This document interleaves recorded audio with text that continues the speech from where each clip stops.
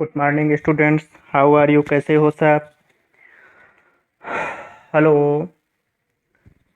Hello students. हम लोग zoology पढ़ रहे थे। जूलॉजी पे हमने आपको पहला लेक्चर पढ़ा दिया था, पहला चैप्टर जहाँ से सबसे ज़्यादा क्वेश्चंस आते हैं, ह्यूमन न्यूट्रिशन, ह्यूमन हेल्थ, मानवीय पोषण, मानवीय स्वास्थ्य या मानव स्वास्थ्य और पोषण।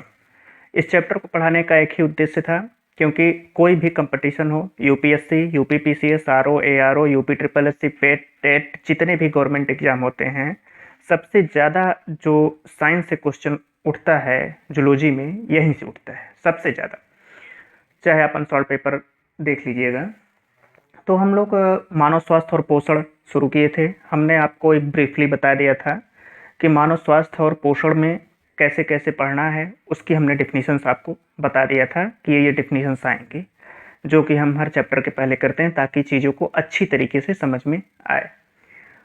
हम मानव स्वास्थ्य और पोषण में आपको सारी चीज़ें बता दिए थे। पोषण क्या होता है, पोषण के प्रकार कितने होते हैं, 7 प्रकार के होते हैं। अब उन सबको एक एक करके हम लोग देखेंगे। जैसे पहला टॉपिक था कार्बोहाइड्रेट। कार्बोहाइड्रेट के विषय में बहुत सारी अवधारणाएं आपको मिल जाएंगी हर किताब में या फिर हर लेक्चर्स में, हर टीचर्स बताता है। लेकिन कार्बोहाइड्रेट क्या होता है, कार्बोहाइड्रेट में हम लोग क्या क्या पढ़ेंगे, कार्बोहाइड्रेट क्या होता है, किसे कहते हैं या कितने प्रकार का होता है, हमारे खाद्यान्न व्यंजनों में कार्बोहाइड्रेट के स्रोत क्या हैं, कार्बोहाइड्रेट की कमी से कौन कौन सा रोग होता है, कार्बोहाइड्रेट के कार्य क्या हैं, ये सब वगैरह वगैरह कार्बोहाइड्रेट के अंतर्गत पढ़ा जाता है और यही हम लोग पढ़ेंगे। जैसे कार्बोहाइड्रेट क्या होता है, ये हम कैसे पहचानेंगे कि कार्बोहाइड्रेट, जैसे कोई पूछ ले कार्बोहाइड्रेट क्या होता है, व्हाट इज डिफिनीशंस, कार्बोहाइड्रेट की डिफिनीशंस क्या है।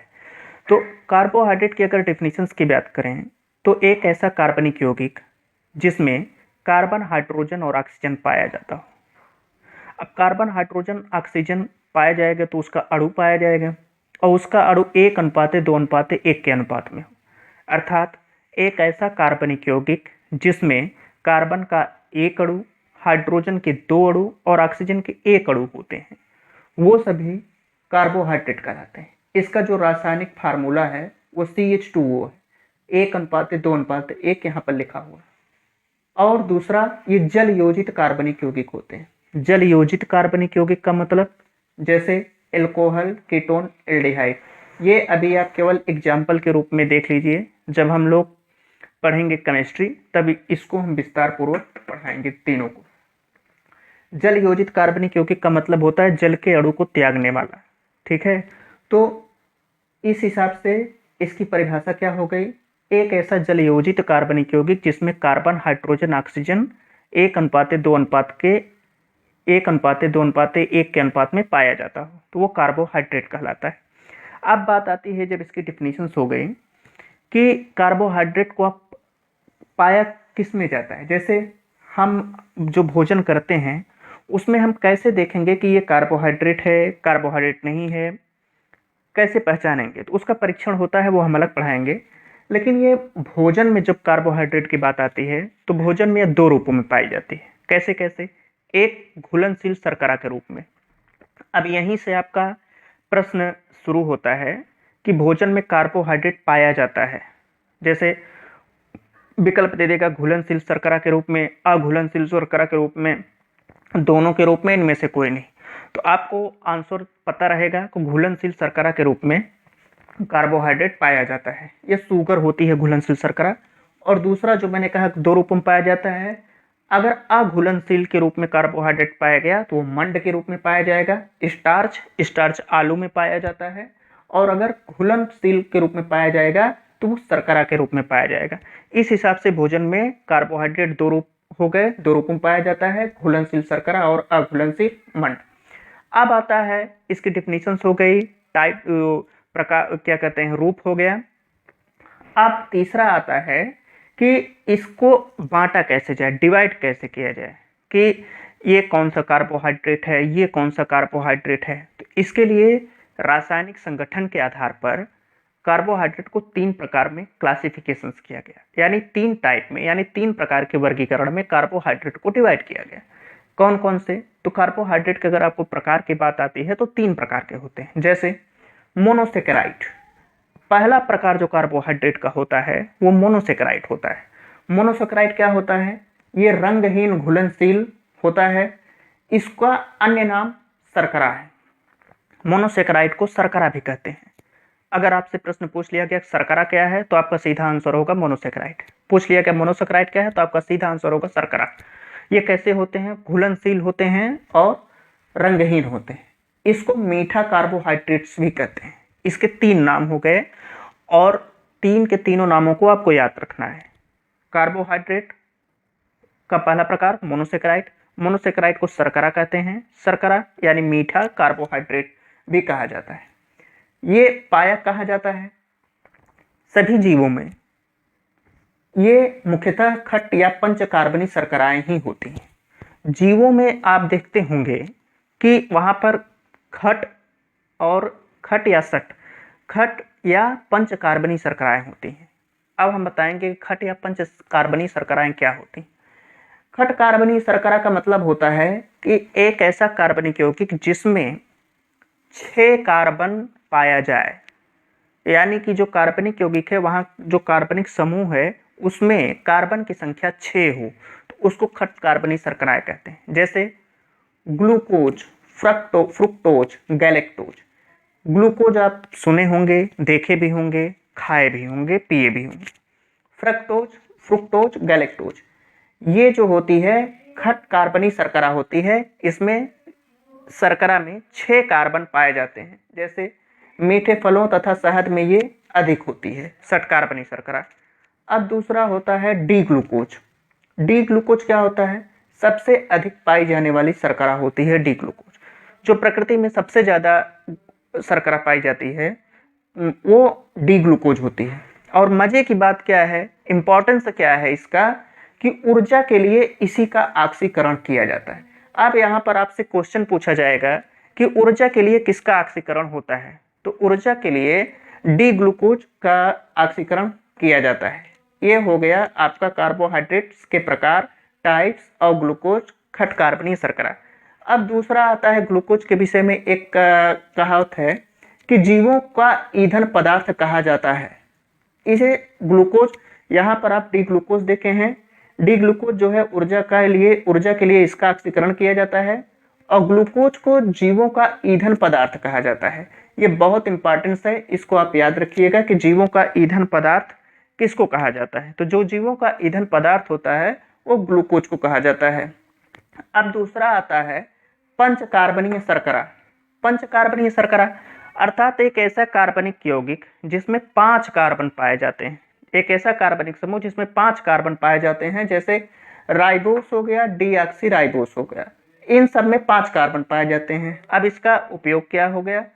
आरएनए और डीएनए के संयोजन में भाग लेती है। पंचकार्बनिक शर्कराएं क्या होती हैं? ये आरएनए और डीएनए के संयोजन में भाग लेती हैं। आरएनए कहाँ पाया जाता है? वायरस में पाया जाता है। ये डीएनए क्या होता है? डीएनए एक ऐसा अणु होता है, न्यूक्लिक एसिड होता है, डीऑक्सी न्यूक्लिक एसिड, जिसमें जो हमारी आने वाली पीढ़ी है, आनुवंशिक लक्षण है, उसमें ट्रांसफर होती है। जैसे हमारे अंदर जो आनुवंशिक गुण हैं वो हमारे पूर्वजों से आए हैं। अब हमारे जो आनुवंशिक गुण हैं वो हमारी आने वाली पीढ़ी में ट्रांसफर खुद ब खुद होंगे। तो उसको करने का कार्य कौन करता है? डीएनए। और डीएनए पाया कहाँ जाता है? पंचकार्बनीय शर्करा में। ठीक है। अभी जब ये हम जैविक अणु पढ़ाएंगे, यहाँ पर चैप्टर दूसरा चल रहा है, केवल नाम आ रहा है। जब हम बायोलॉजिकल या मॉलिक्यूल पढ़ाने लगेंगे, जैविक अणु पढ़ाने लगेंगे, तो वहाँ पर ये सब विस्तार पूर्वक आएगा। अब दूसरा टाइप आता है डाइसेकेराइड। डाइसेकेराइड क्या होता है? 2 मोनोसेकेराइड के मिलने से ये डाइसेकेराइड का निर्माण होता है। जब 2 मोनोसेकेराइड मिल जाते हैं तो वो डाइसेकेराइड कहे जाते हैं। ये मीठी होती है, जल में घुलनशील होती है। इन दोनों में समानता क्या है? ये भी मीठा होता है, ये भी मीठा होता है, बशर्ते ये जब 2 मोनोसेकेराइड मिल जाएंगे तो ये डाइसेकेराइड बन जाएंगे। इसका प्रकार क्या होता है? डाइसेकेराइड कितने प्रकार का होता है? जैसे पादपों की माल्टोज, जो पादप होते हैं, माल्टोज कहाँ पाया जाता है? अंकुरित बीज। अंकुरित बीज जैसे चना हो गया, मूंग हो गया, गेहूं हो गया, जितने भी टाइप के अंकुरित बीज होंगे उसमें माल्टोज पाया जाएगा। और दूसरा सुक्रोज, सुक्रोज कहाँ पाया जाएगा? गन्ने में पाया जाता है। ठीक है। जंतुओं की लैक्टोज, जो लैक्टोज होता है उसको दुग्ध शर्करा कहा जाता है। बहुत सारे क्वेश्चन सब यहाँ से निकल रहे हैं, आप लोग एक एक टॉपिक को नोट कर लीजिएगा। जंतुओं की जो लैक्टोज होती है उसको दुग्ध शर्करा कहते हैं या मीठी होती है। अब डाइसेक्राइड आपको कभी भूलेगा नहीं। क्यों नहीं भूलेगा? क्योंकि आपके दिमाग में एक चीज बैठ जानी चाहिए कि जो भी मीठा होगा उसमें डाइसेक्राइड पाया जाएगा। कैसे? गन्ना, गन्ना मीठा होता है, वो सुक्रोज है। दूसरा माल्टोज, जब कोई आप अंकुरित बीज खाते हैं, अंकुरित चीज खाते हैं तो वो थोड़ा सा मीठा होती है। तीसरा लैक्टोज, जब दूध को गर्म करके पीते हैं तो मीठा होता है। इसलिए ये सब जो है डाइसेक्राइड कहा जाता है। चना हो गया, मूंग हो गया। और सबसे बड़ी बात कि लैक्टोज की जो सर्वाधिक मात्रा है वो मानव माता के दुग्ध में पाई जाती है। जो मानव माता होती हैं, जो मानव की जो बच्चों की माँ होती हैं, उसमें लैक्टोज की सर्वाधिक मात्रा दिखाई देती है, सबसे ज़्यादा उसी में पाया जाता है। ये यूपीपीसीएस में पूछा हुआ क्वेश्चन है। और सबसे बड़ी बात कि एक एक लाइन आप अनसॉल्व पेपर उठा के देखिएगा, सब कुछ पूछा जा चुका है और बार बार ये पूछा जाता है। अब हम तीसरे टाइप पे आएंगे, पॉलीसेकेराइड। पॉलीसेकेराइड क्या होता है? पॉलीसेकेराइड जो होता है वो ग्लूकोज के अनेक अणुओं के जुड़ने से बनता है। अभी तक आपने देखा मोनोसेकेराइड, डाइसेकेराइड, अब तीसरा टाइप देखेंगे पॉलीसेकेराइड। पॉलीसेकेराइड क्या होता है? जैसे 2 से लेकर के 1000 अणु तक जुड़ जाएं मोनोसेकेराइड के तो वो पॉलीसेकेराइड कहे जाएंगे।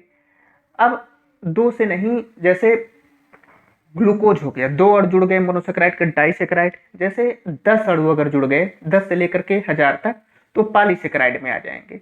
और ये पॉलीसेकेराइड ग्लूकोज के अणु जब जुड़ते चले जाते हैं तो वो पॉलीसेकेराइड के निर्माण करते हैं।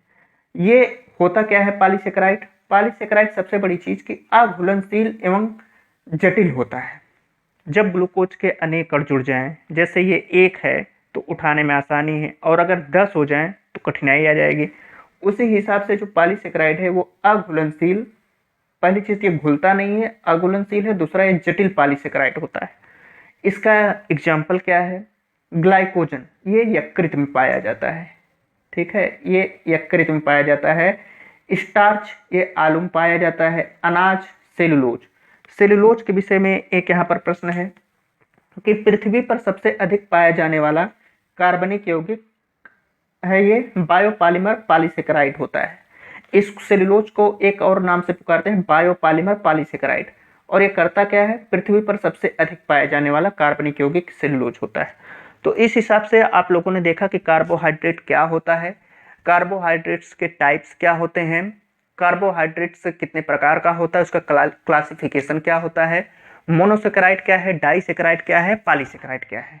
इस हिसाब से आप लोगों ने इन सबको देखा। कार्बोहाइड्रेट के सोर्स का मतलब होता है कि जिस खाद्यान्न पदार्थों से या जो कुछ भी हम खाते हैं वहां से कार्बोहाइड्रेट की प्राप्ति कहाँ से होती है। तो इतना जान लीजिए कि जो कुछ भी हम खाते हैं, जो कुछ भी हमारे मुंह के अंदर गया, वो सब में कार्बोहाइड्रेट होता है। अब ये बात अलग है, किसी में कम होता है, किसी में ज़्यादा, लेकिन जो कुछ भी हम खाते हैं, जो कुछ भी, सब जो है कार्बोहाइड्रेट है। सब टोटल जितना भी खाद्यान्न पदार्थ इस पृथ्वी पर पाया जाता है सब का सब कार्बोहाइड्रेट है। सिंपल परिभाषा। और सोर्स के रूप में कहा जाए तो सोर्स के रूप में आप में लिखा हुआ है ग्लूकोज, फ्रुक्टोज, गैलेक्टोज, मीठे फल, शहद, माल्टोज, लैक्टोज, चना, मूंग, सुक्रोज, ये सब हो गया। ग्लाइकोजन, आलू, अनाज, सेलुलोज। तो इसको याद करने का सबसे बेहतरीन तरीका है, इसका जो होता है किस में पाया जाता है, तो सब में पाया जाता है। अब ये हो गया आपका पूर्ण तरीके से एक टॉपिक कवर कार्बोहाइड्रेट के विषय में। अब दूसरा हम शुरू करेंगे कार्बोहाइड्रेट के वर्ग। कार्बोहाइड्रेट शरीर में क्या करता है ये बचा है, और कार्बोहाइड्रेट के कुछ छोटे छोटे फैक्ट्स बचे हैं जो बहुत इंपॉर्टेंट है। जैसे अगर एक कटोरी में 100 ग्राम कार्बोहाइड्रेट लें और 100 ग्राम वसा लें तो दोनों की समान मात्रा होने पर वसा में अधिक ऊर्जा पाई जाती है। एक फैक्ट ये है जो आज ही हम बता दे रहे हैं। और दूसरा फैक्ट है कार्बोहाइड्रेट और वसा को ऊर्जा ईंधन का पदार्थ कहा जाता है, इसको ऊर्जा ईंधन की फैक्ट्री कहा जाता है। तो दूसरा फैक्ट हो गया। इसी तरीके से 2-3 फैक्ट्स और हैं। तो नेक्स्ट टॉपिक पे हम कार्बोहाइड्रेट के वर्क, कार्बोहाइड्रेट के कार्य क्या होते हैं, कार्बोहाइड्रेट के बारे में थोड़ा सा जो कुछ फैक्ट अभी नहीं बताए हैं वो फैक्ट्स, और तीसरा कार्बोहाइड्रेट के अभाव में अगर किसी व्यक्ति के शरीर में कार्बोहाइड्रेट की कमी है तो उसे कौन सी रोग होगी, उसे कौन सा रोग होगा और उसका निदान क्या है, ये सब हम देखेंगे। तो अगले टॉपिक में कार्बोहाइड्रेट पूरा कंप्लीट हो जाएगा। इसके बाद हम लोग प्रोटीन या वसा पे स्टार्ट करेंगे। आप जितना हो सके लाइक शेयर सब्सक्राइब करना ना भूलिएगा ताकि अदर बच्चों के पास भी सूचनाएं पहुंच जाएं। थैंक्स बच्चों, ए लॉट ऑफ थैंक्स।